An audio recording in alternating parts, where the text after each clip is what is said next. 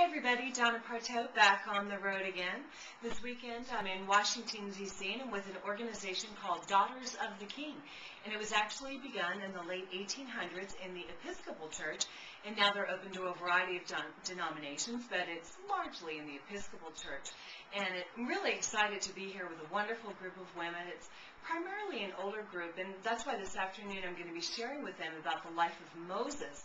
And I think it's really going to be an encouragement to them, especially those of us who have more and more gray hair, because Moses really did not begin to step into the assignment that God had for him until he was 80 years old. A lot of people don't realize he wasn't carrying a cane as a prop. He was carrying a cane because he was a very old man. The interesting thing is that Moses' story is actually recapped in the New Testament book of Acts, chapter 7. And it shows us Moses making the transition from what I call a porcupine to a mighty muskox prayer warrior prince. And those of you who know my teaching, I talk about the porcupine. That's a creature with a lot of great points, but nobody wants to be around it. And then the mighty muskox is that creature who won't run in the face of their enemies, but instead takes a stand and fights for what it believes in. And so we actually watch Moses make that transition. When he's about 40, he comes up with a great idea of how he's going to be the avenger and defender of all the Israelites. And it actually says in there in Acts chapter 7 that Moses thought.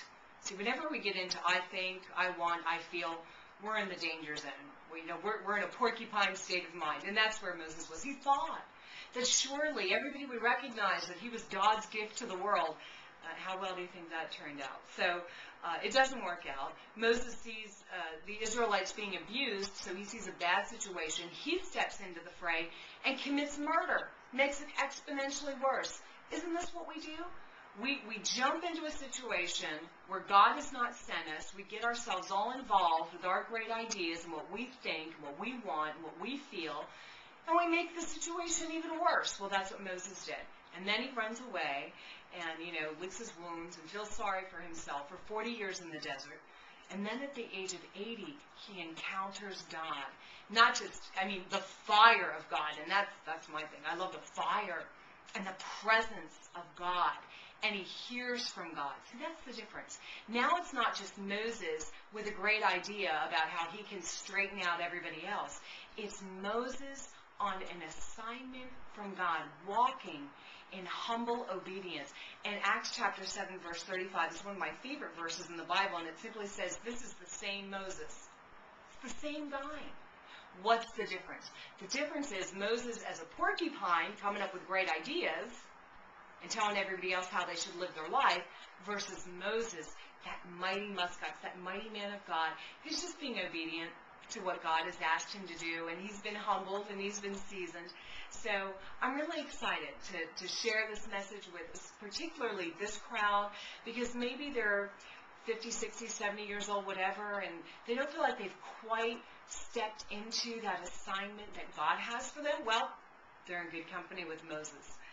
And one of my favorite heroes of the faith is Corrie ten Boom, and it said that Corrie ten Boom was used by God to lead more people to Jesus between the ages of 80 and 90 than the rest of her life combined. And she wasn't exactly sitting in a church pew taking up space for the first 80 years. So that's a great encouragement to me as I get more and more gray hair, and I think it's going to be an encouragement to these women as well. I'm really excited. And then this evening, the chaplain, Father Fleming, and I just met with him, really excited. He's going to conduct a healing service, and he's invited me to, kind of play a part in that, and I have just such a sense of expectation about what God's going to do. Last year when Father Fleming did the healing service, there was a woman who's actually healed of cancer, and she's here this year cancer-free, so I'm very excited to see what God's going to do.